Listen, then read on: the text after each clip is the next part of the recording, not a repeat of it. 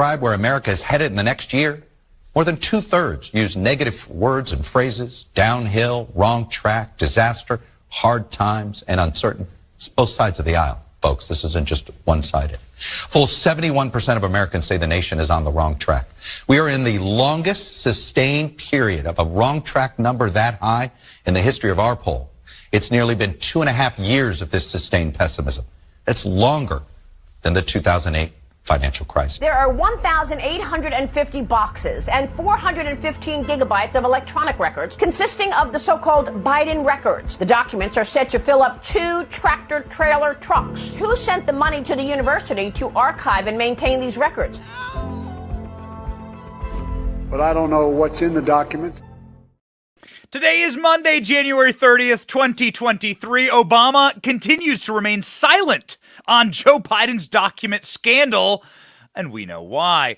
Trump is hitting the campaign trail, and he is going full 2016 redux. Are we on the verge of World War III, and is Kamala Harris getting dumped from the 2024 ticket? Ladies and gentlemen, my name is Benny Johnson, and this is The Benny Show.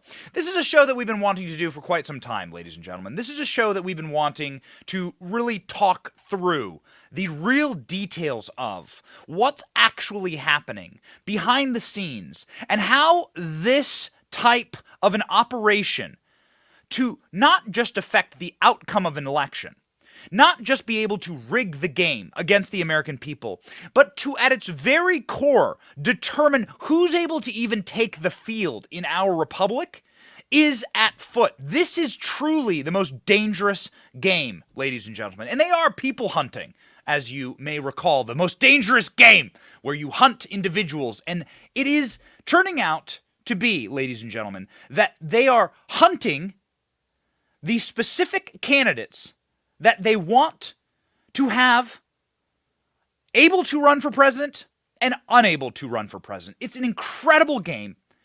It's something that is duplicitous. It's something that is corrosive to our way of life and to our very republic, and it's something that we've given a great deal of thought about. And it is evidence that we will present to you this morning that will show you precisely what type of scheme and what type of scandal is happening at the very core of your government. And it's scary. And if you are a left-winger watching this show, thanks. Thanks for having an open mind, for being an actual progressive. We hope that you are as upset about this show as the people from the right will be, because everyone should be concerned about this. Ladies and gentlemen, we started this country 250 years ago, and I say we because you and I are the torchbearers of what our founders laid forth when we began this nation. You have the same principles, the same ideology. If you are not for the shredding or the torching of our founding documents, then you're with me. We are the same. We are of one family. Now, there used to be a shared joint consensus with myself and with people on the left, people who were considered themselves progressives for the majority of my adult life. We could unite over shared principles. We could unite over skepticism of big business, skepticism of big banking, skepticism of big government, skepticism of an oligarchical class that removes the rights of me and you to choose our leaders. Shouldn't you, as a progressive or a leftist, be joining with me in this fight? Shouldn't you want a fair and open, free press, freedom of religion? Aren't you in favor of those things? Well, if you still are, then you should be as upset or perhaps more upset about this investigation that we are about to detail for you. And ladies and gentlemen, this comes at great cost to us. We put a lot of effort into this research, and we are very excited to be able to take you down the true operation at the core of our government, to choose, to select who leads us, to erode with one final brutal stroke. Barack Obama said he couldn't wave a magic wand and fix the American economy. Well, he can wave a magic wand and he can erode our very founding, which is kind of the point here, actually. Ladies and gentlemen, taxation without representation. That was the rallying cry from the colonists. They said, you take all of our money and we get no representation in return. We get no say or voice in how that money is spent. But ladies and gentlemen, if you are, let's say, of the left, if you are a Democrat, and you are looking at the current news, which this article published this morning from the Daily Mail, Clinton advisor says Biden classified document debacle will knock him out of the race in 2024 for the White House because, well, there could be documents about his son Hunter's Ukraine bribery scandal and so on and so forth. Do you feel as though, ladies and gentlemen, your vote is being represented? Let's say, and I know this is wild, but let's say you actually, legitimately, and you should hang your head in shame if this is you, but whatever. Let's say you actually cast a vote for Joe Biden in 2020. Let's say you really did fill out that document, put your name on the line, and say, Joe Biden, and cast it in. And now you're watching and you're looking at headlines like this from the corporate Democrat Party, from Bill Clinton advisors, from a party that is wholesale operated with two pillars, the Clintons and the Obamas. And you're seeing signal boosts like this.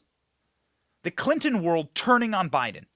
The Obama world turning on Biden. We'll get to that in a second. Believe that. How do you feel about that? How does that make you feel? You got to look at it, ladies and gentlemen, through, and if you are MAGA, if you are center-right like I am, you kind of see it as like the Never Trump movement, right? While Trump was in office. You got to see it as like an insurgency inside of your own party. But while the Never Trumpers really never had all the power, these people actually do. And they are saying, and they're declaring with one voice, Joe Biden will not be our nominee. We are going to rig it against Joe Biden. We are going to use the forces at hand to make sure that this man is crippled. More than he already is. He can clearly not ride a bike or walk a flight of stairs. But we're going to make him more crippled than that. He can't get in and out of the White House. You've seen him wandering around, lost on the White House lawn. Not really a big lawn, not really a big house. Joe Biden, we're going to cripple him even more. Because we're going to make sure that everybody is aware of his criminality and his inability to lead or be a responsible leader when it is the correct time, when we've gotten everything we need out of him, when we wish to remove our hand from his backside, the Muppet that he is. And he is a Muppet. He's always been a doofus plaything for these people. The people in charge of the Democrat Party, ladies and gentlemen, it is not in question, okay? Now, where do I get this information? And I'll start with this, and then I'm going to break all of this down as to why we know Barack Obama is behind all of this. The people in charge of the Democrat Party are the Clintons and the Obamas. Now, why are they in charge? They're in charge because of brutal Stalinist tactics. We know this through multiple conversations with Democrat members of the House, current and former. Benny, are you best friends with Democrats? Well, actually, DC's a really small town. I lived there for 15 years. And yes, there are some people that still talk to me and are very, very curious and interested in my opinion, and I'm curious in theirs. And ladies and gentlemen, I'm telling you that some of these people have been blacklisted by the Clintons, which means they can't get on corporate media, which means they get attack pieces written about them. They get a primary from the left every single time that they run for office. They can't raise dollars inside of Democrat circles. I mean, they are like a leper because of the Obamas and the Clintons. These people are able to destroy you. That's why I say Stalinist tactics. They choose. Remember, the left is not a free-thinking sort of patchwork of Americana put together with a bunch of divergent but interesting similar views on like the Second Amendment and the First Amendment. It's a hive mind. It's a Politburo that is controlled from the top, and it is neo-Marxist in nature. And they follow orders like a hive mind. They're like braying herd animals. And the people at the top are the Clintons and the Obamas. And those people don't like Joe Biden. They view Joe Biden as a threat to them. Because he is such a bumbling jackwad, and because he is so bad at this job, and because he is doing such a poor job, they view him as a summary threat to their assumption of power. Losing the House was the last straw. They can't keep going through and turning hat tricks forever. They're eventually going to have to actually get someone popular back in office. And the current populist wave and Donald Trump running again and what's happening in Florida and so on and so forth is really, really giving them the heebie-jeebies. The population increases for the South. Bombshell report published this weekend where the South is the only place in America that's gaining population. Georgia, Alabama, Mississippi, Texas, Florida, the Carolinas, those are the only places that are gaining population. Birth rates are rising. Black population's rising, Latino population's rising, white population's rising, all of the population's doing well, everyone deciding to move here, an inflow of people, and a net population increase of 1.3 million people in the South. That is demographic chaos and calamity for the Democrat Party. A net loss of hundreds of thousands of people from California, hundreds of thousands of people from New York, millions total, pulling power away from leftist centers of complete and total control and capture in America and bringing them down here to the South. It is panic time for this party. And so they're actually going to have to get someone in office that is a true leader. And so that's why they treat Joe Biden so poorly. Again, what's happening right now to Joe Biden is centrally planned. They are putting this man out to pasture. It is the end of The Godfather, the end of Godfather 2, Fredo Corleone in his boat saying his prayers. Ladies and gentlemen, this is happening. First off, piece of evidence for this. Why don't we look at how Barack Obama actually treats the president of the United States right now? What is Obama, when he's in the same room as Joe Biden, which doesn't happen very often because Obama doesn't even want to be photographed with this guy. How does Obama treat Joe Biden? Does he treat him like somebody who has like a great aura and accomplishment and who like got his office through righteous means and through like the power and the verve and the will of the people? Or does he treat him like a muppet? Does he disgrace him and humiliate him? Well, we actually know the answer to this. Watch. Joe Biden is now the most unpopular person in virtually any room he enters. If you doubt it, watch this. This was the scene at the White House today. Take a careful look at this. You've never seen anything like it.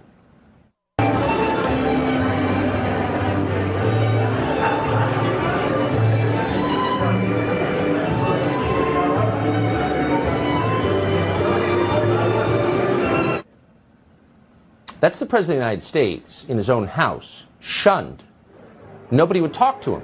So Biden wandered off looking vacant as a crowd formed around a former president, Barack Obama, who was obviously deeply grateful for the attention. And then it got worse. It got much more poignant than that. Watch Biden try to horn in on the conversation swirling around Obama.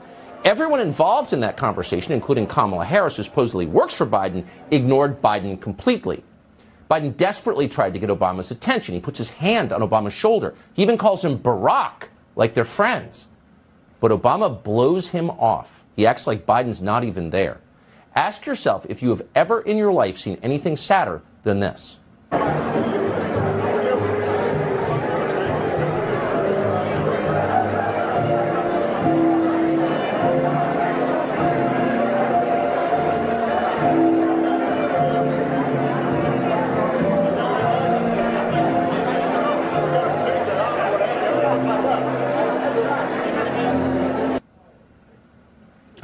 Make it stop. It's awful. He is like a toddler. Rolls-Royce said while we were watching that clip together with you, it's like a toddler asking for his parents' attention, begging, pawing. This happens to me day and night. I have a 2-year-old and an 8-month-old. Day and night, they are pawing for my attention. And of course, I give it to them because I try my best to be a moral parent, a simple Christian raising my kids by God's standards. But ladies and gentlemen, Barack Obama doesn't have any of those ties to the great beyond or to his creator. Barack Obama himself is the one who can raise or lower the levels of the ocean. He said so. It's Barack Obama who's king. And it was Barack Obama who, with the force of his own permanent state in Washington, D.C., who he hand-selected, appointed, and installed, with the force of the media that Barack Obama controls, And remember, ladies and gentlemen, you will hear soon from Democrats who ran against Joe Biden for president talk about what the Clintons and the Obamas can do to you as a Democrat. It's not a party of the people. The Democrat Party is a wholly owned neo-Marxist organization ran and operated, appointed and anointed by the Clintons, which is a waning power, and the Obamas, which is an ascendant power. Does Barack Obama like Joe Biden? Let's ask that simple question. Well, he was the vice president under Obama, 8 years if I recall. Yeah, he had a couple of F-ups, Barack Obama himself, saying, ladies and gentlemen, don't underestimate Joe's ability to F things up. But nonetheless, Barack Obama reportedly said, don't underestimate Joe's ability to F things up. We have a family show on this program, but you can fill in the blank there. Do they actually like each other? Well, let's take this document scandal at face value, okay? Let's take the document scandal at face value. Barack Obama won't say whether it will conduct a search for classified documents. Why is that? It's presumably, if you just follow logic here, these aren't Joe Biden's documents. These were documents created while Obama was president. The vast majority of them, apparently some of them, were from Joe's days in the Senate, and he'll have to answer for that. But these are documents that belong to Barack Obama, actually. But no one seems to be making that point. Perhaps just us. This show alone is making the point that these are not Joe Biden's documents whatsoever. These thousands of tranches of documents found all over the country, inside of the mail ballot stuffing boxes in Philadelphia, all the way to the drive-thru at In-N-Out Burger in Maricopa County. Joe Biden has stashed private, classified documents everywhere.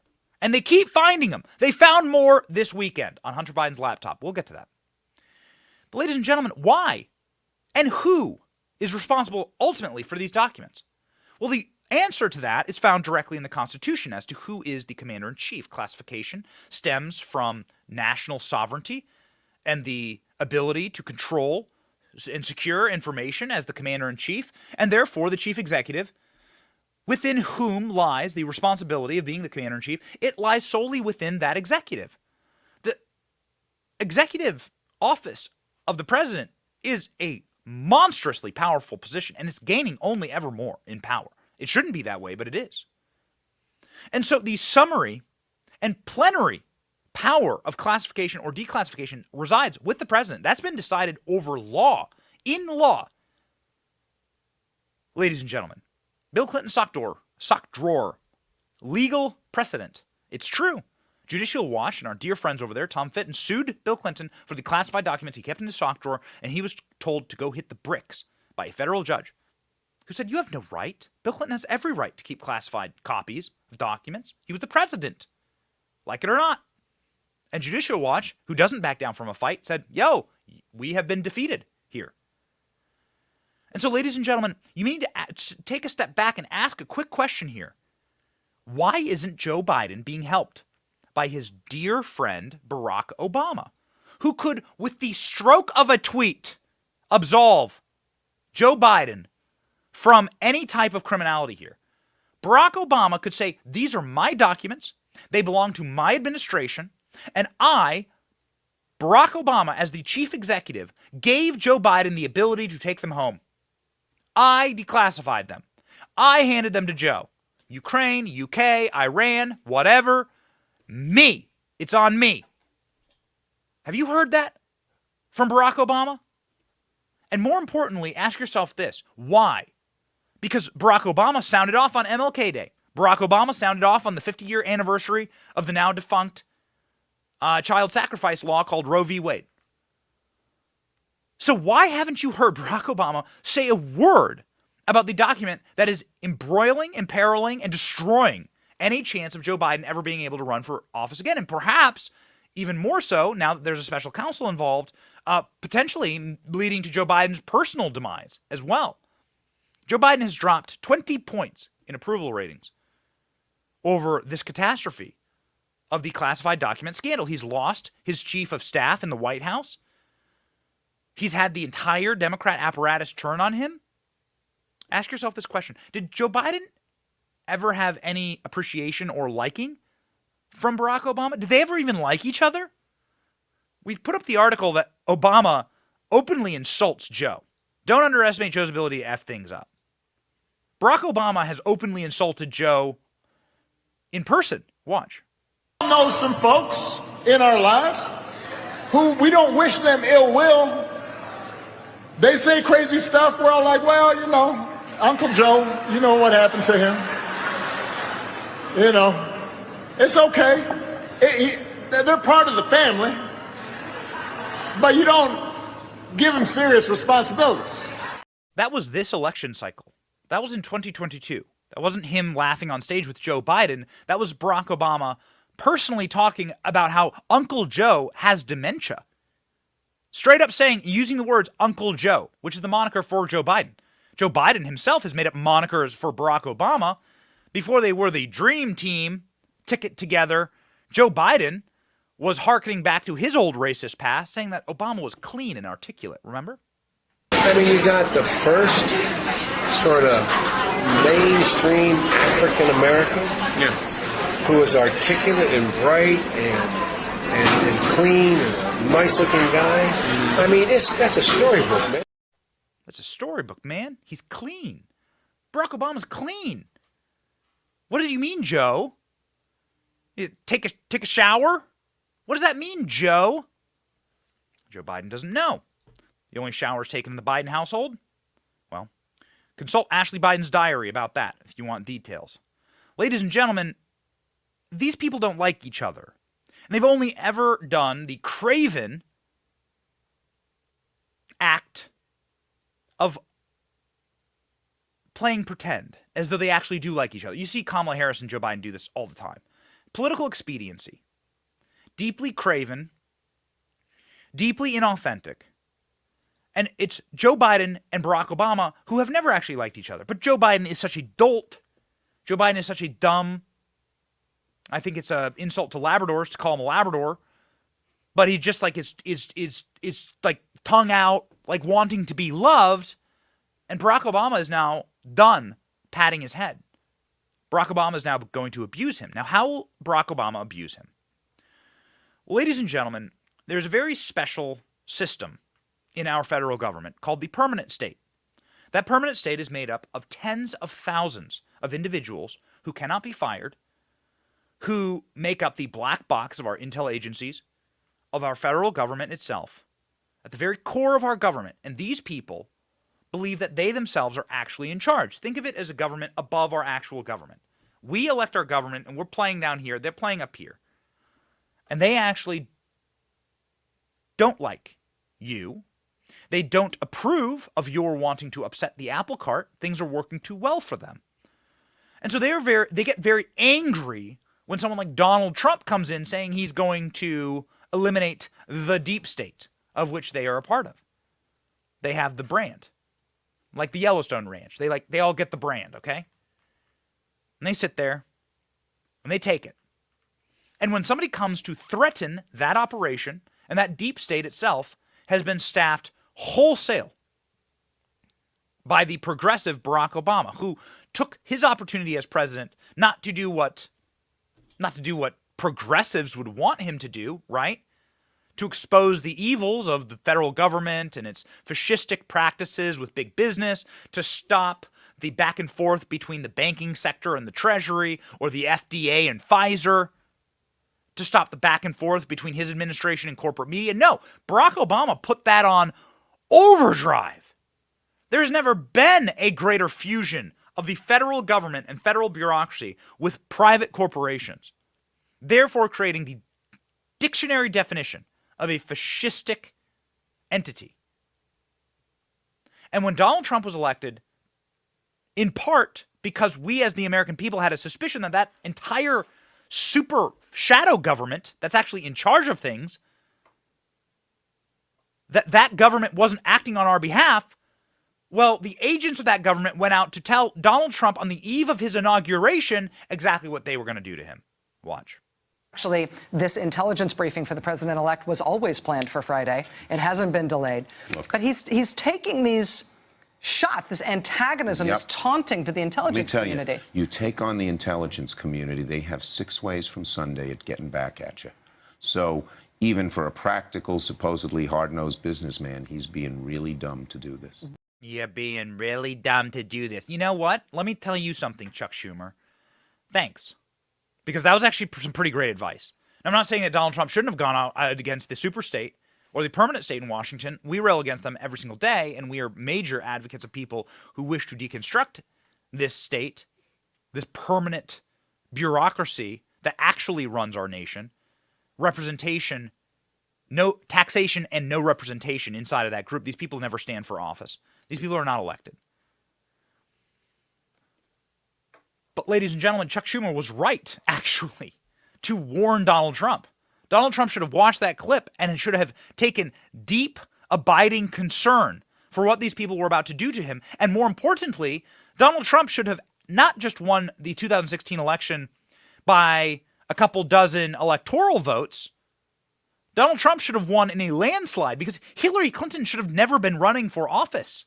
It was actually the super state, we must remember here. I know it's ancient history. We're talking like 7 years ago, so it seems like forever, the way the news cycles go these days. But this was not too long ago. You remember when James Comey was trotted out to essentially say that Hillary Clinton, who's doing the exact same thing that Joe Biden's doing right now, you see the similarities there? Doing the exact same thing, the mishandling of classified information. At its core, that's what it is. Hillary Clinton was far more malevolent in it. Joe Biden's just an idiot. Or Joe Biden had these documents planted on him. Either way, same result. Hillary Clinton should have never been allowed to run. It should have been Donald Trump winning 500 electoral votes, or whatever the maximum amount you would be able to get. Hillary Clinton should have been allowed to stand for office, but instead the super state stepped in to absolve her of crimes, a right that they had no legal authority to do, a right that should have been dwelling inside of Loretta Lynch, who met Bill Clinton on a tarmac and had to recuse herself because they talked about their grandkids. It's bewildering to go back and look through these ancient history files, but you will be able to see the more full picture of how this country truly operates if you do. Please remember, along with us, James Comey absolving Hillary Clinton of crimes, true by-the-letter crimes. Hillary Clinton was Secretary of State. She had no summary power to hold any classified documents at all, far worse than anything that Donald Trump, Joe Biden's doing on any universe. And the super state is so powerful that they were able to just wave that magic wand and make it disappear. Watch. Although we did not find clear evidence that Secretary Clinton or her colleagues intended to violate laws governing the handling of classified information, there is evidence that they were extremely careless in their handling of very sensitive, highly classified information. Very careless, you see, thus allowing Hillary Clinton to be absolved of something that they're trying to put Trump in jail for. See the selective use of this super state? Or they're trying to eliminate Joe Biden from running for. Ladies and gentlemen, it's just different levels of pressure, but they're going after him for the same things. What if this permanent state who's in charge of our country actually dislikes Joe Biden as much as they dislike Donald Trump? Have you pondered that? If you are a progressive watching this, if you're a leftist watching this, a Joe Biden watching this, are you not upset at this point? If you actually voted for Joe Biden, by the way, thanks for at least being open-minded enough to watch our program, but shouldn't this infuriate you? That these people are using the same tactics to stop your boy from running? Oh, and by the way, this is precisely how they operated in order to sabotage Donald Trump's re-election. Please recall this article. Hunter Biden story is Russian disinformation, dozens of former intel officials say. Now, ladies and gentlemen, we're not showing you I want to show you, you're all familiar with this story, but just to define and to truly delineate how powerful these people are, let me show you this live link. Rolls-Royce, is it a live link? It's a live link. Okay. This is a live link on Politico right now. This is the Politico story right now that is existing on their site in this moment. Okay? Hunter Biden story. This is from 2020. Hunter Biden story, Russian disinformation, dozens of intel officers say. Scroll down, like one paragraph here. Keep going. Okay, there you go. Nick Shapiro, a former top aide under the CIA director John Brennan, provided Politico with a letter on Monday. He noted that this is John Brennan, this is a Barack Obama, intelligence director at the CIA. He noted that the intelligence leaders who've signed the letter have worked for 4 presidents. The real power here, however, including Trump, making it sound as though like this is Mike Pompeo signing this letter. This is not. The federal bureaucracy is enormous. It's the largest. The federal government is the largest employer in the world. Did you know this? Just our Defense Department alone is the largest employer in the world. And so you are going to have people that get held over. It's such a huge, I mean, try like taking over just like a coffee shop and firing everyone and seeing how it all operates. That's what should happen. But ladies and gentlemen, you get holdovers. So that, of course, is in and of itself is a lie. But listen to this. The real power here, however, and this is her just taking this Nick Shapiro guy, this gremlin scum, acting as the director of John Brennan, at his word. Look, watch her just, this is Natasha Bertrand, stooge of the superstate. Watch her use Politico in order to merchandise this scum, this lying refuse, this filth. The real power here is the number of former working level intelligence officers who want the American people to know that once again the Russians are interfering. Do you see any daylight in that quote? That is the quote directly from John Brennan's little gremlin stooge there, whoever Nick Shapiro is, saying definitively that Hunter Biden's laptop is Russian disinformation. Not that it has the hallmarks of it. I was reading this morning to prepare for the show. I'm just standing aghast that it is Russian disinformation. The Russians are interfering. Now, more importantly, scroll down to the very bottom here. Now that we know that Hunter Biden's laptop is real, and we know through multiple legacy and corporate media outlets, including CNN, the New York Times, the Washington Post, and CBS, now that we know that Hunter Biden's laptop is real, look at how cravenly these people use their mouthpieces to lie to you and to never even correct it. Ladies and gentlemen, if we're wrong on an issue, we tell you straight to your face, yo, we got that one wrong. We need to correct the record. Here's new information. Paul Pelosi video's out. Here, we're gonna play it for you. We've talked about it a lot. We'll play you the full video. You can decide in the comments what you like and what you don't like, what you agree with, what you think. It's up to you. But we will definitely play you all of the information. We'll give you all the information as we get it. We'll make sure that we correct the record. We'll make sure that we lay it bare. Sometimes we'll have a deep, abiding opinion on it. Sometimes we'll just play it for you, and we'll let you decide. Do you see a correction in this article? Go to the bottom, Rolls-Royce. Nope. Goes straight to the next Politico headline. Do you see a correction in this article? We checked like 4 or 5 different articles at 4 or 5 different publications. Not a single correction. Actually, it turns out that this article, which was used to incorrectly influence the federal election of 2020 on a lie concocted by our own intelligence agencies, we have no remorse. We have no apologies, and we have no corrections, which is at its basic level journalism, right? You correct the record when new information is afoot. We will publish, we will merchandise, and psyop you into thinking that the Russians are once again rigging the 2020 election. We will say it definitively through our spokespeople, and we will do it without remorse. And we'll continue to do it. And they continue to do it, ladies and gentlemen. Because who's in charge of Joe Biden's regime? Obama's sisters circle Trump an article from a few months ago when Donald Trump was being raided by the FBI. Here in American Greatness, Obama-era sisters circled Trump. A trio of Susan Rice, Avril Haines, and Lisa Monaco get their target.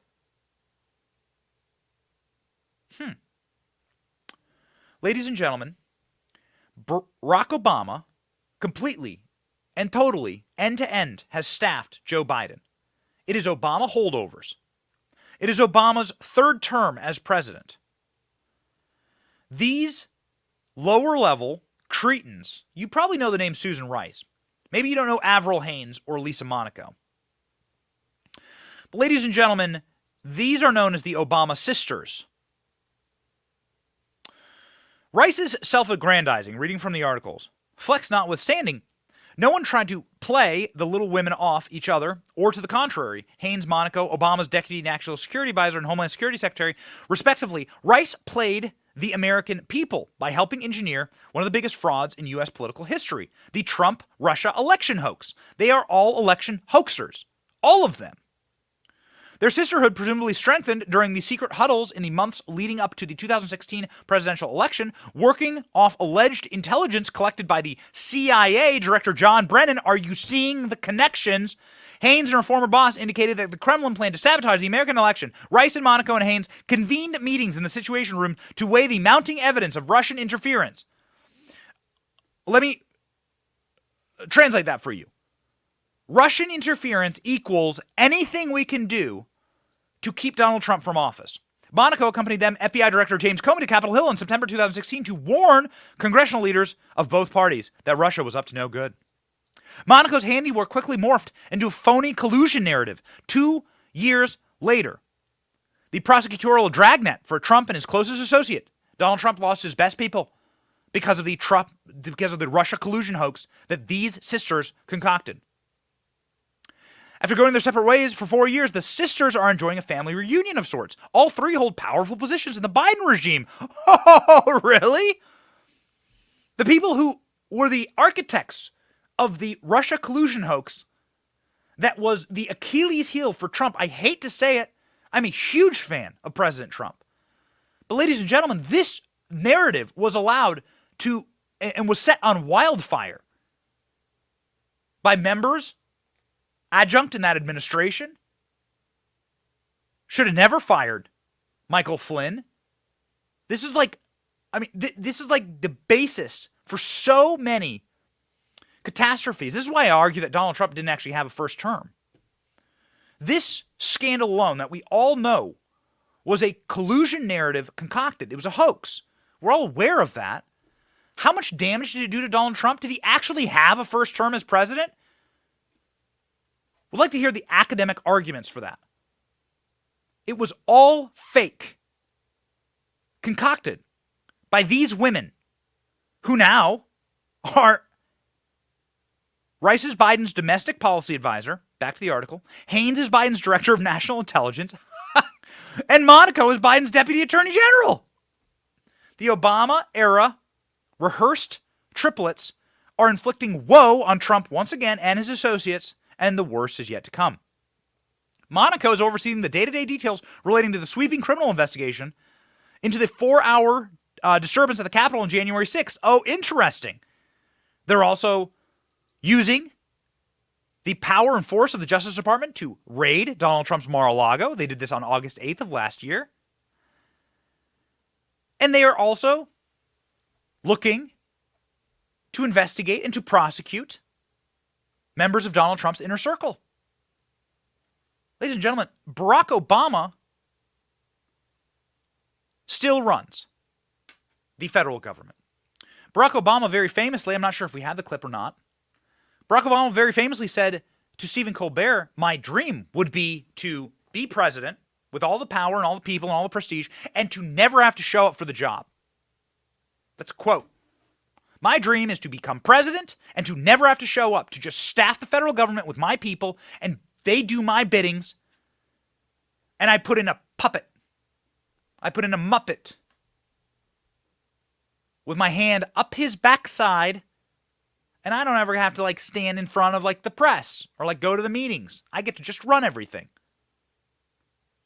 including, but not limited to, the corporate press, who suddenly, and you can watch the Sunday shows, we do, are going hard in with the long knives, well sharpened, after Joe Biden.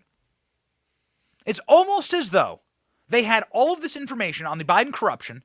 They sat on it until Joe Biden, the duty of Joe Biden, which was to be the old, dusty, diseased, dementia-riddled man in his basement, saying nothing, doing nothing, going nowhere, embarrassing no one, allowing the corporate press and Democrat super donors, most of them foreign billionaires, to run narratives against Donald Trump, to run psyops against Donald Trump, not corrected.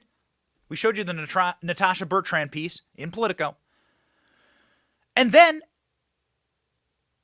once Joe Biden has accomplished that goal, Joe Biden accomplished, of course, nothing. His entire political campaign was run for him by the corporate press, by the corporate media.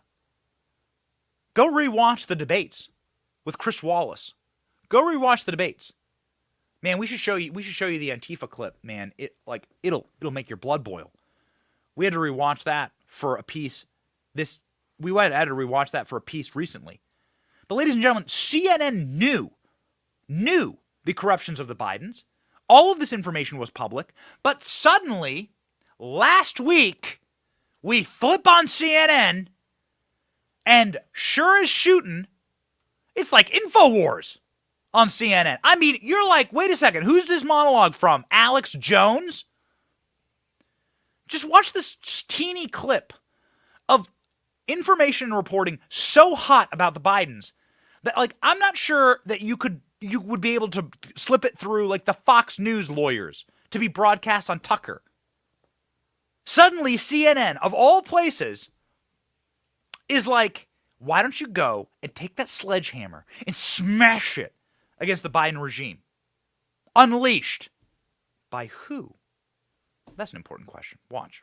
Despite his denials, a CNN review of the laptop data as well as other public material shows that Joe Biden did interact with some of his son's associates while serving as vice president, though it's unclear exactly what was discussed. One example, the Republican site, Miguel Alemán Magnani, a Mexican businessman and son of the former president who Hunter was trying to woo. In 2014, Alemán Magnani and his dad were photographed at the White House with then Vice President Biden. In a later email, Hunter Biden reminds Alemán Magnani of the favors he's done for him. We have been talking about business deals and partnerships for 7 years.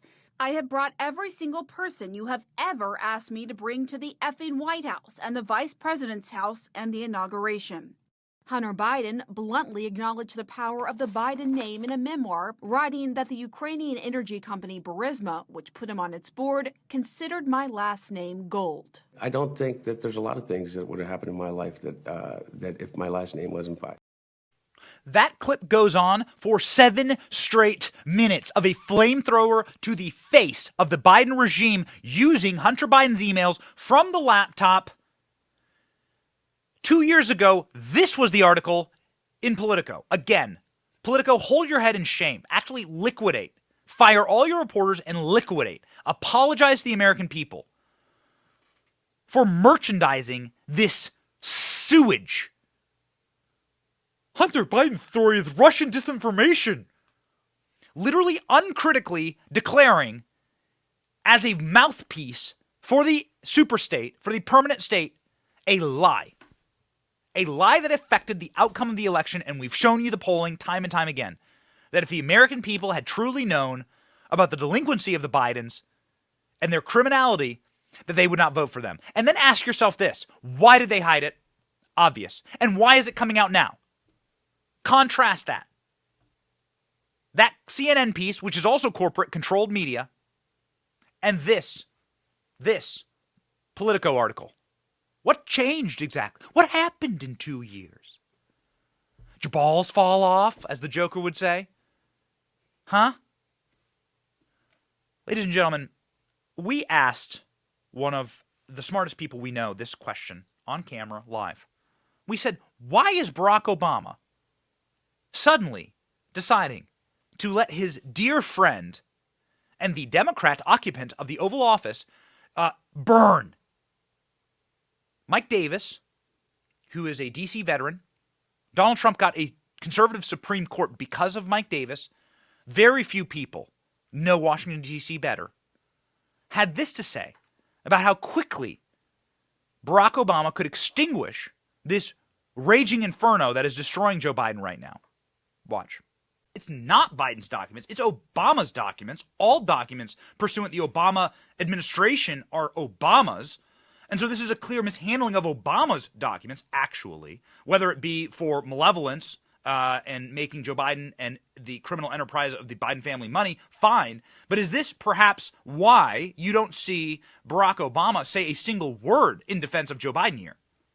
Well, yes, that's correct. These are Obama's presidential records. Any document created or received by the Obama White House are Obama's presidential records, classified or not, right? So what's very interesting, Ben, is that Obama could actually come out here and save Biden's butts by saying, I told then Vice President Joe Biden he can take these classified records with him to his home. And if Obama would say that, it is legally impossible for Biden to have committed any crime here. But short of that, it is smoking gun evidence. There is smoking gun evidence that Biden violated the Espionage Act. And it's not just some ticky-tacky technical violation. Oh, he forgot to turn it in when he left the vice presidency, and it was just in boxes that weren't opened. There is very clear evidence from Miranda Devine that they used this highly classified intel on Ukraine illegally to make millions of dollars. Who packed the boxes? Mike Davis there, again, very wise man. Perhaps you know his work. Know this, Donald Trump would not have a conservative Supreme Court were it not for Mike Davis. So God bless Mike Davis. This man is very intelligent, saying, and he's a lawyer, and he's a legal professional and scholar, and he's saying that Barack Obama could save Joe with a tweet, with a word. Why isn't he doing it? Well, we went back in the archives and we found something very, very special about Barack Obama. That actually what Barack Obama needed was a third term in order to continue his re-engineering, reimagining of America. The transition that this nation needed to go through. And it needed to be less Barack Obama out in front and more a useless muppet who could be destroyed, a sacrificial lamb who falls off his bike and falls down the Air Force One stairs. And ladies and gentlemen, who has to be bossed around, gets lost in the White House lawn. You see his giant Depends-filled pants wobbling around as he runs off to Air Force One looking like a scarecrow robot.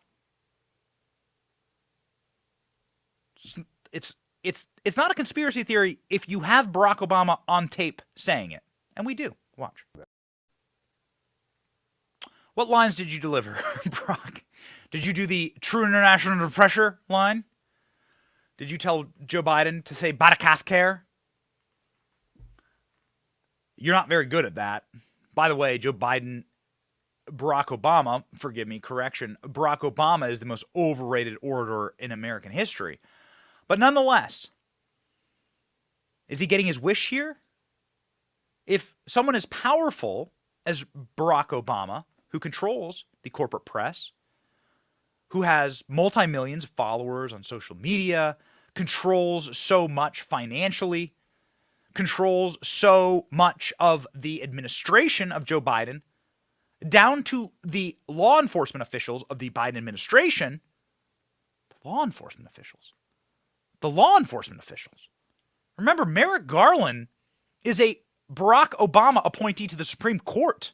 Merrick Garland is the person that was stonewalled when Obama was trying to leave office to get on the Supreme Court. The top law enforcement agents, not just the Obama sisters, but the top law enforcement agents across the board are Obama sycophants, worshipers.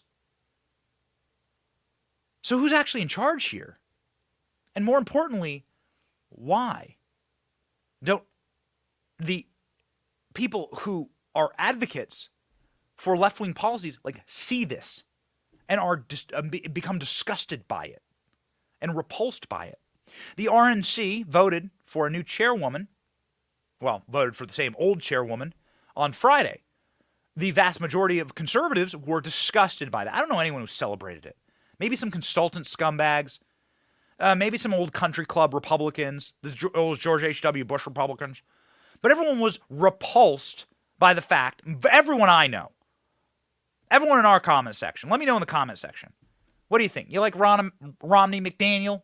Or did you want Harmeet Dillon? And Scott Pressler? Charlie Kirk, and so on and so forth. Like, what did you think about the RNC race? It's like the Democrat Party has just given up. And they do this to themselves, too, because twice in my lifetime, in the last 2 elections, Bernie Sanders had it locked up. Bernie Sanders had beaten Hillary Clinton, and Bernie Sanders had beaten Joe Biden.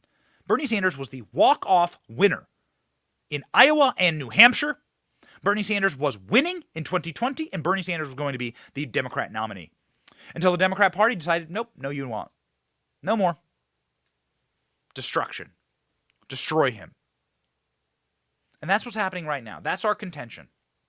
We posit to you that the Democrats, if you look at their own primary cycle, what they are doing is they're just nationalizing that.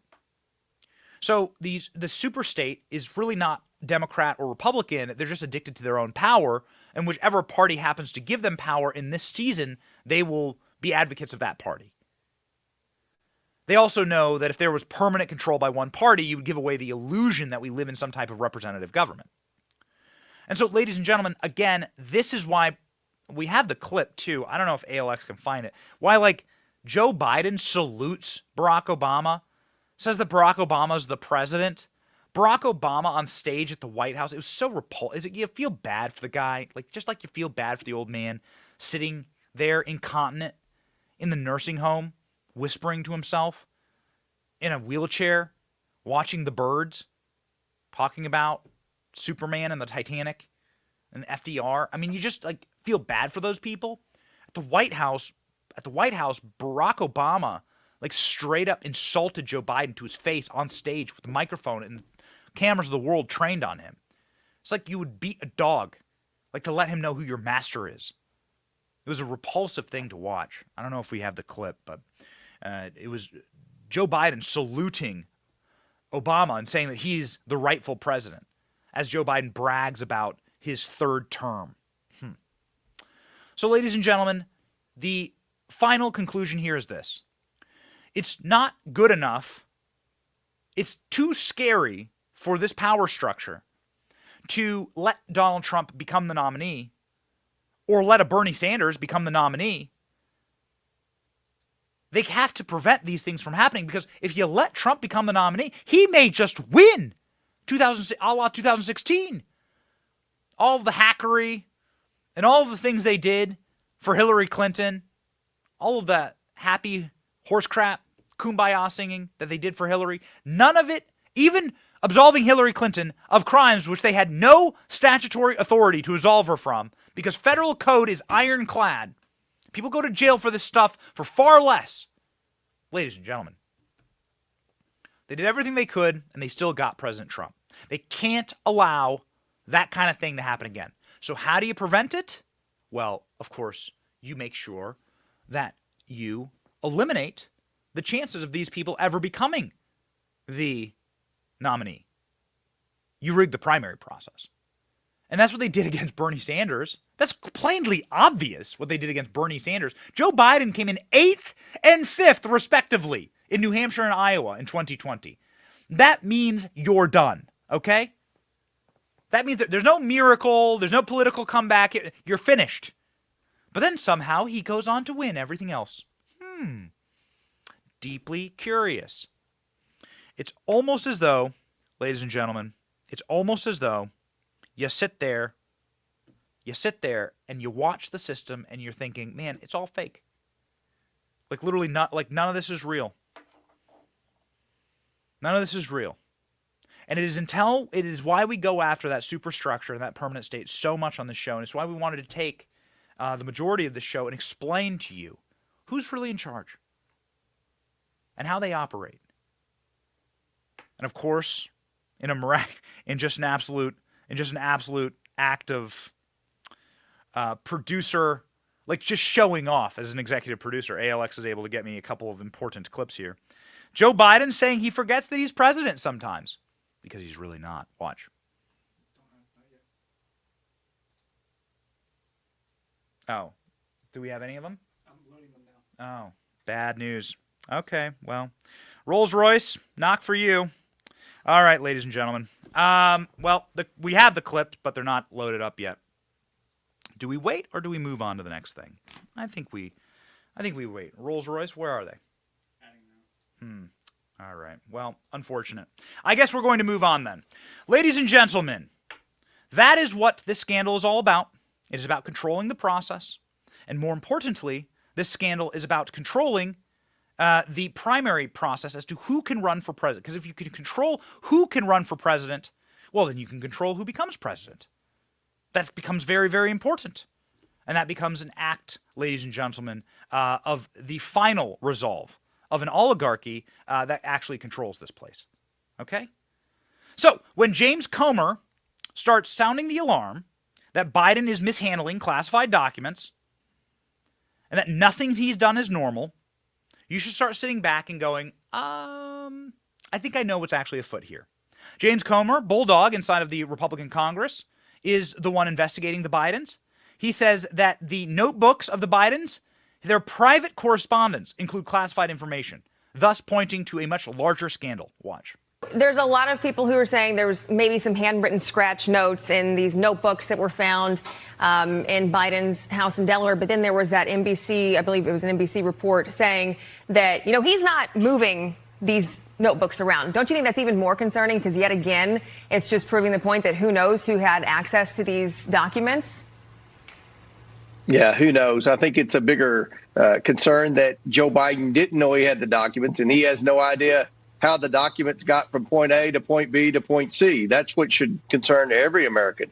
We're bringing in the National Archives tomorrow for a transcribed interview. We're going to ask all of these questions, and hopefully we'll have some answers for the American people very soon. Is it normal for VPs to take their notebooks with them when they leave office?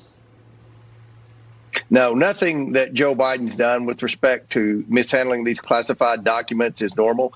Take into consideration that he's also being investigated for influence peddling with our adversaries around the world. And it's even more concerning. Look, more information comes out every day where his son, especially, as well as his two brothers, have had shady business dealings with our adversaries around the world. And part of what they would do when they would make a pitch to these shady characters in these foreign countries is prove to them that they actually had direct access to their brother and that they had direct access to people at the highest levels of our federal government. Ladies and gentlemen, if you go back and you read through the old State Department documents about Joe Biden, you will find that, and we're not trying to compliment Barack Obama here at all, but even Barack Obama was saying these are shady business dealings. There is no way that this is on the up and up, what Joe is doing. They knew that Joe was a compromised vessel, and they put him in because they knew that they could use leverage to get rid of Joe at any time. That was convenient. And right now, Joe's expiration date is long past due. And they know that they're in for a beating. They've already lost the House. They were able to stave off, like desperately, little boy with his finger in the dam, stave off absolute disaster in the Senate. And they are not looking for lightning to strike twice. That's why you are hearing that there are now thousands more boxes of classified documents that Joe Biden has mishandled. Who packed the boxes? Who packed the boxes? Listen. We now have new information on the bulk of documents that Joe Biden donated to his alma mater, the University of Delaware. According to lawyers representing the parties who are trying to get to these documents, there are 1,850 boxes and 415 gigabytes of electronic records consisting of the so-called Biden records. The documents are said to fill up 2 tractor-trailer trucks. What we do not know is who sent the money to the university to archive and maintain these records, as the university will not release the accompanying so-called gift agreement. Meanwhile, this upcoming Tuesday, the General Counsel for the National Archives and Records Administration will sit for an on-the-record interview with the House Oversight Committee over classified documents found at multiple unsecured locations, including Biden's Delaware home and his office at the Penn Biden Center. This comes as, according to Senator Ron Johnson, an email from Hunter Biden in 2014 about Ukraine to one of his business partners looked suspiciously like it was taken directly from classified information that the State Department gives members of the Senate when they travel overseas. Yes, they gave these members of the Senate and these various high-ranking government officials classified information that you paid for, by the way. We're the ones who pay this giant black box. Nobody ever knows where the funds go, but we're the ones who pay for this classified intel about what Russia is about to do in Ukraine, and then Hunter Biden's able to take it and then go weaponize it for $85,000 a month, plus all the kickbacks that he got from the Ukrainian gas company. That's called graft. It's called corruption. It's why Ted Cruz is saying, yeah, we need to probably impeach the Bidens. Go. How do you sort of assess the White House's performance on your watch? Well, look, Nicole, I'm very proud of what the president's been able to get done here. He's passed the most significant economic plan since FDR, managed the largest land war in Europe since Truman, passed the second. It showed a level of expertise, not coming from him, but he was getting it from somewhere. That's clearly from some sort of briefing. We don't know whether it was a classified briefing or not, but that is the sort of analysis that is often within a classified briefing. And this email is unusual in the Hunter Biden emails. There's a level of scholarship and erudition that if it magically appeared, somehow it doesn't appear in the other emails he's sending. The obvious question is, what was he cutting and pasting from? What was his source? And it raises the natural inference that Hunter Biden had direct access to these classified documents. We do know that Joe Biden, it seems everywhere they search for classified documents for Joe Biden, they find it, whether it is Wilmington home, his Rehoboth Beach home, whether in his garage next to his Corvette, whether in the room next to his garage next to his Corvette, whether in the Penn Biden Center. It seems he leaves classified documents wherever he goes. And we also know that Hunter Biden at times declared his residence to be those very same places. And so I believe the natural next step that is necessary is for the FBI to examine the 1,850 plus boxes of documents from Joe Biden's Senate tenure that's at the University of Delaware. And I also believe it is critical for the FBI to search Hunter Biden's home and office residences to make sure there are no classified documents there, given all the evidence that's piling up.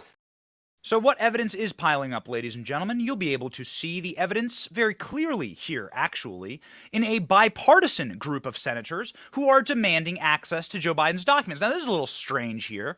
Benny, didn't you just tell me that the entire Democrat Party operates as a monolith, that they are a neo-Marxist-controlled organization that is centrally planned from the top down? Well, yes, actually. And that is why they are turning on Joe Biden.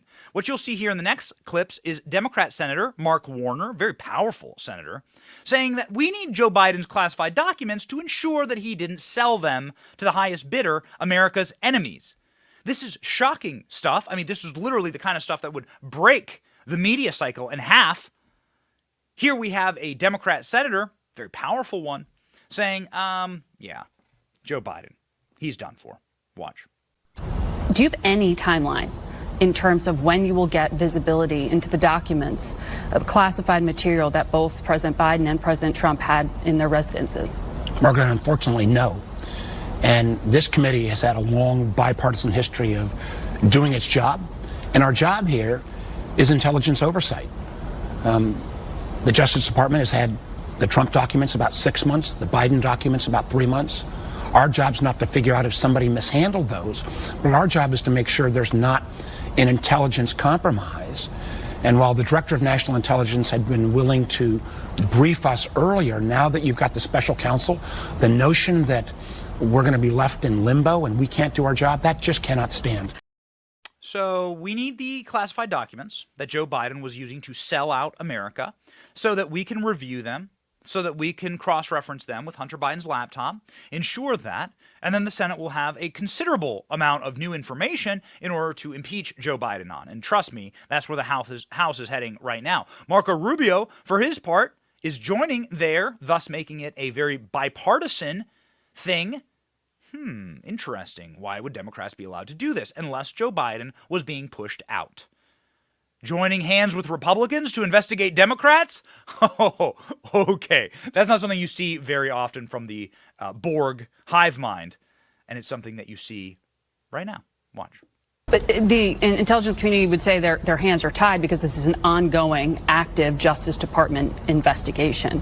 So what would meet the level of addressing your concerns without compromising that? Well, I don't know how congressional oversight on the documents, actually knowing what they are, in any way impedes an investigation. These are probably materials we already have access to. We just don't know which ones they are. And it's not about being nosy. You know, here's the bottom line. If, in fact, those documents were very sensitive, materials were sensitive, and they pose a counterintelligence or national security threat to the United States, then the intelligence agencies are tasked with the job of coming up with ways to mitigate that. Does the director even know what the materials were? Well, we got a bit of vagueness on that because, again, I believe you want to make sure the intelligence professionals and not political appointees were making some of that. That makes sense to me. But I would even think that, if President Trump and President Biden would probably want to have this known if they say there's no there there. Well, there may still be violations on handling. Let me tell you how absurd this is. There isn't a day that goes by that there isn't some media report about what was found where, what some sort of characterization of the material in the press. So somehow the only people who are not allowed to know what was in there are congressional oversight committees. So this is an untenable situation that I think has to be resolved. Not something that is allowed to happen. Certainly not under a Democrat president. A Democrat in the Senate, fully and totally, wholly controlled, that is able to sit there on corporate media, that was CBS News playing that clip, with a Republican, joining hands with the Republicans, saying we're going to investigate the wrongdoing of the Democrat president of the United States. Trust me, ladies and gentlemen, there's a lot of things that are allowed in Washington. That's not allowed without somebody ordering it. And why would they order such a thing? And why would they allow this to happen to Joe Biden? Well, they've always known that this was Joe Biden's weakness and that all you needed was to push over the first domino and that the entire house would fall. And now it is falling. Here is polling from the American people. From a Rasmussen poll, majority of voters, including Democrats, believe that Joe Biden's mishandling of classified documents is a scandal. Rasmussen poll shows that 3/4 of voters regard president's mishandling of classified documents as a scandal. That includes the majority of Democrats. Oh, okay. Nearly half of all voters said it's a major scandal, according to a national poll. But even more damaging for the president, that 60% of voters believe that likely this information in classified documents was used by Biden's son, Hunter Biden, in his foreign business deals. 44% believe that it's very likely. Among Democrats, 36% believe that Hunter Biden used his dad's classified files, more than 1 in 5 saying it's very likely. That is a bad omen for the president's reelection. Man, they're doing a number. They're doing a number on Joe. They're doing a number on Joe Biden, ladies and gentlemen. You've seen it before. This is what you get when it's not actually Joe Biden at the helm. And again, we called for these in a couple of minutes ago. Now we actually have them loaded. Ladies and gentlemen, Joe Biden himself is the one saying, "Hey, I keep forgetting that I'm president." Watch. Colonel, thank you for that introduction and your service leading this team in such a difficult time. Because we know that there's a whole family who serves. I also want to thank Melissa. I know your next assignment as U.S. Transportation Command starts soon. So congratulations and thank you, thank you, thank you. And Sydney, you're 14 years old. When I was 14, if you please, at ease. I keep forgetting I'm president.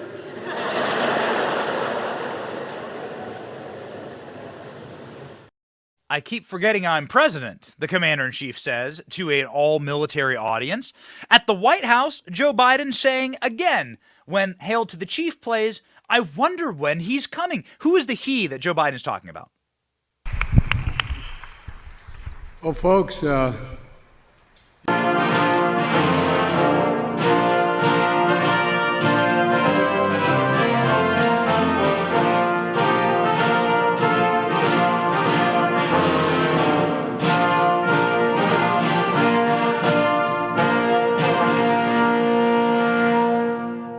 you. Every time I hear that, I wonder when he's coming. Ha ha ha ha ha ha ha.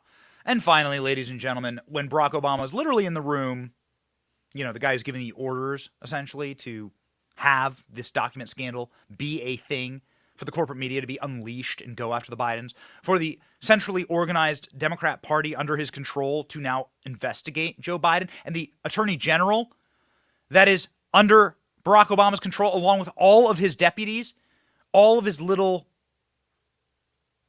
agents throughout the Biden regime, to now turn on Biden? Yeah, when Barack Obama's in the same room as Joe, Joe Biden knows who's boss. Watch. Thank you very much. Please. My name is Joe Biden. I'm Barack Obama's vice president. Ha ha ha ha ha. I'm currently the president, you see. You see the seal? But actually, I'm the vice president. Actually, I'm still doing the same job I've been doing for the last 8 years. And now I've outlived my usefulness. And even people like Elizabeth Warren, ladies and gentlemen, are beginning like one of the most far-left progressives in the Senate. Obviously an extremist. Also somebody who is a race fraud hoaxer. Elizabeth Warren, claiming to be Native American in order to lift her very vanilla career up to the stratosphere, to gain some type of prominence in academia. Ladies and gentlemen, that Elizabeth Warren is saying that she refuses to back Kamala Harris as the next vice president. Although Joe Biden's just fine for now, you see. This clip is absolutely incredible. Watch. Biden run again for president? He'll be 86 by the time his second term is over. Yes, he should run again. Why? And he is running again. Because he has gotten a tremendous amount done.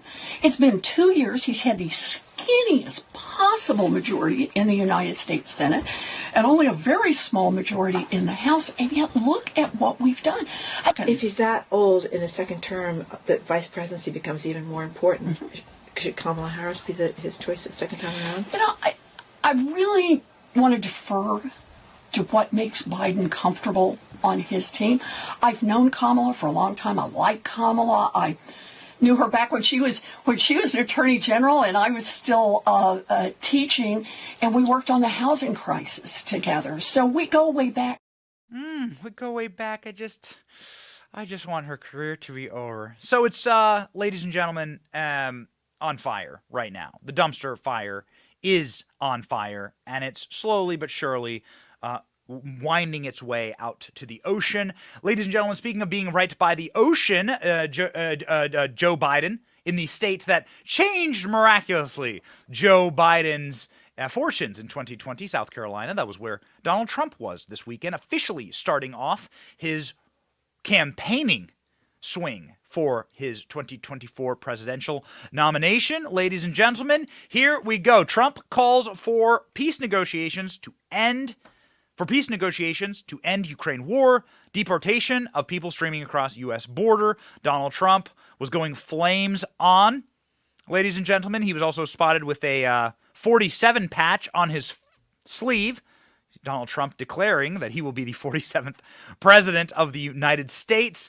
Going in hard, Donald Trump announced, of course, very quickly after the election in 2022, and then he's been very quiet, quite quiet for a few months, and now he is back on the trail. Donald Trump saying in his remarks that he is running in order to prevent World War III. Pretty strong argument. Through weakness and incompetence, Joe Biden has brought us to the brink of World War III. We're at the brink of World War III, just in case anybody doesn't know it.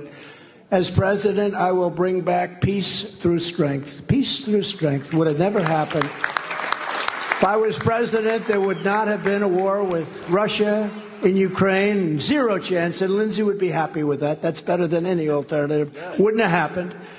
And I will say this, even now, despite tremendous loss of lives and destruction of much of that country, I would have a peace deal negotiated within 24 hours. You could make a peace deal, you could make a deal for both right now, 24.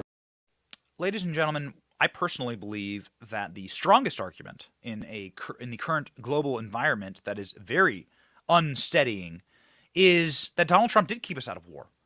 That Donald Trump deserves Donald Trump deserves the Nobel Peace Prize. If any president in my lifetime actually deserves that, it's Donald Trump for the Abraham Accords, for the de-escalation in the Korean Peninsula, for the ability to use the American might and hegemony for good and for peace around the world. There were no new wars with Donald Trump. There was actually backing out of potential aggression in many, many parts of the world. And people got along quite nicely. I mean, if you need any indicators of that, I have a very long list, but if you would like a direct indicator of that, look at the amount of Arab nations that declared peace with Israel. I think dozens of Arab nations, I don't know the exact number, were at sort of active war with Israel, stating that Israel shouldn't exist, leading into Donald Trump's term. And then they declared peace with Israel in Donald Trump's term as a bit of a compliant peace in the Abraham Accords. And now those nations are accepting flights from Israel, doing business with Israel. I don't care who you are. That's important. You want people to live in peace. You want people to not be at war and not be slaughtered, regardless of where they're from, who they are. You'd prefer that. If it was your kids on the front lines, you would too. War is evil. War is often based upon greed or policy failures of our ruling class. And so Trump keeping us out of war is a very good talking point. Donald Trump hit it thusly. This guy's going to be in world, remember Crooked Hillary? He's going to cause a war in his first week in office because they think that's my personality type. It's actually the opposite. My personality kept us out of war. And I told you before, it would have never happened with Russia. Would have never gone in. Putin would have never, ever gone in. And even now, I could solve that in 24 hours. It's so horrible what happened. I mean, those cities are demolished now. The people, I'll bet you have millions. It could be millions of people. How can you, they bomb a city to the ground. These big buildings come tumbling down. They say 2 people were injured. Not 2 people. They lie. I mean, they lie. But if I were president, you would have 0 chance that war would have happened. And even, I mean, find the lie, right? Find the lie. You and I both know what would have happened in Ukraine if Donald Trump was president. He would have brought everyone to the table together, would have done his little Trump thing, and Zelensky and Putin would have shook hands together in the White House with some type of negotiated payment thing or some type of negotiated gas thing. There'd still be the Nord Stream 2 pipelines. People in Europe wouldn't be actually freezing to death as they are right now. So yeah, I mean, argue with it we live in a bizarro world. Right? Where suddenly the Republican Party is the no-war party. Suddenly the Republican Party is the party against big business and corporate graft and corruption and big pharma. And it is the progressive left institutionally that is cheering for war and big pharma. What the hell is going on? I mean, what world have we found ourselves in? It's wild. It's bewildering. Donald Trump had a laptop joke in his comments this weekend. We can't play all the ones that we like. We've tweeted a lot of them. This laptop joke, though, must be played. we have a president whose son's laptop from hell gets taken over and exposes massive corruption like nobody's ever seen before. You think the father, do you ever hear this? Do you think the father was upset? Dad, I left my laptop in a repair shop, forgot to pick it up, and this repair guy went a little crazy when he saw what was on it. What's on it, son? Every crime that you've ever committed. Now, at what point does the father get angry? You know, like, this kid is not working out well for me. And then the FBI goes and convinces the media that it's Russian disinformation. I mean, there's a saying that my grandmother used to use: you either laugh or you cry. You can either laugh about these situations, Donald Trump carrying with him all of the burdens of being sabotaged by the superstate, being sabotaged by the permanent state in Washington, all of these hoaxes, carrying upon his shoulders those burdens and deciding to laugh about it. And I think that is super refreshing, along with classic Trump, which showed this weekend on the trail at a fast food location inside of South Carolina. Donald Trump clasps hands and prays with fast food workers at some type of greasy spoon in South Carolina. It's a beautiful thing. We thought, ladies and gentlemen, you should see it to end our show, and we had sort of a deep show and a bit of a dark show, and we wanted to kind of end on an upbeat.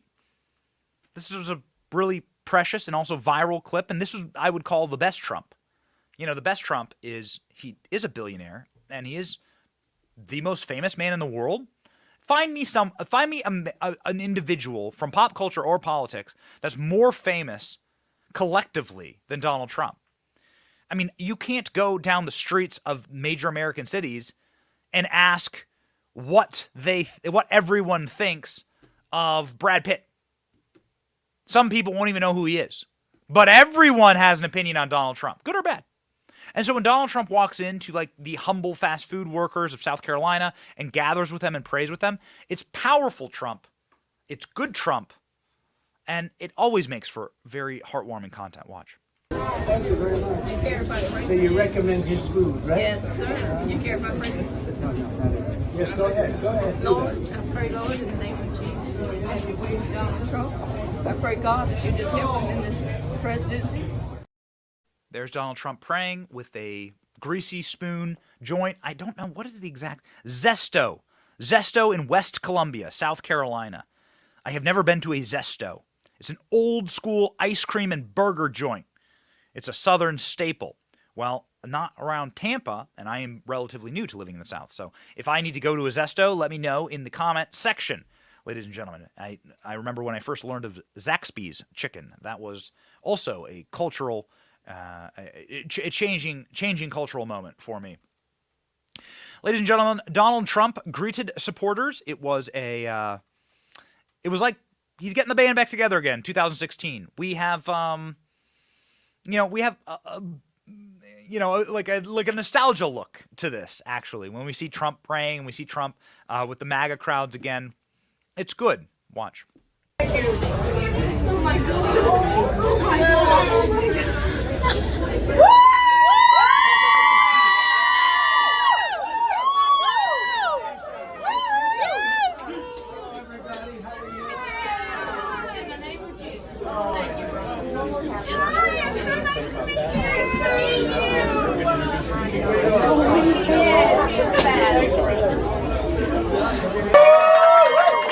Best president ever! All right, look this way. Y'all look this way. That's fine. Look at camera thing. Hi. Is that not the best Trump? Come on, that's the best Trump. That actually is just the Trump prayer from different angles, actually. So it's the same. That's inside the Zesto in South Carolina. I think that is the best Trump. Donald Trump, like bringing his cultural force of will to the downtrodden, to the people who are hurt the most by egg prices, hurt the most by food prices right now. We certainly are. We got a couple kids. They eat a bunch of eggs. And Eloise, if you're watching right now, Daddy loves you. And he's working hard to make sure that we can afford eggs in this house, even though you won't eat any of them. Ladies and gentlemen, we are doing this show and continue to do this show, and we'll always do this show for the right reasons. We like that Donald Trump was prayed with. We like providing for our families. We like our family being secure and your family being secure. And for everybody having equal access to the American dream, if you came here legally. And so it is very important for this show to remind you daily, when we are live, of what our values actually are. God, family, country. God, family, country. Family being my two little girls, Eloise and Juliet. My family, my country, my God. And we share those. We share those together because I want the same future for my family as you do for yours. We are reminded, ladies and gentlemen, in the scriptures, I don't have the rest of that prayer footage from Donald Trump, but maybe this is what they prayed over Donald Trump. Fear not, for I am with you. Be not dismayed, for I am your God. I will strengthen you. I will help you. I will uphold you with my righteous hand. This is from Isaiah. Maybe that's what they prayed over Donald Trump. What do you think? Are you excited to vote for Trump in the primary process? Are you so worried that you may not ever vote again? Have you been black-pilled? And you think that all is lost? Let me tell you, it is not lost. All is not lost. And do not believe the evil one who comes to just steal and kill and destroy. I will uphold you with my righteous hand, the Lord God says to Isaiah. Fear not. What an important way to start this week. Fear not, ladies and gentlemen. These people who think they're in charge, these people who fancy themselves gods, these people who think that they are the creator and that they can raise and lower the oceans. Pride cometh before destruction. That is just pure hubris, and that is just the way that it always works, ladies and gentlemen. They will find out one way or the other that God is actually in charge. And so we keep that as our guiding light on this program, and we hope that it brings you a little bit of light. We hope we are able to bring you a little bit of light on this particularly long show today, but we had a lot of fun. Thank you all so very much for watching. My name is Benny Johnson. This is The Benny Show. See ya.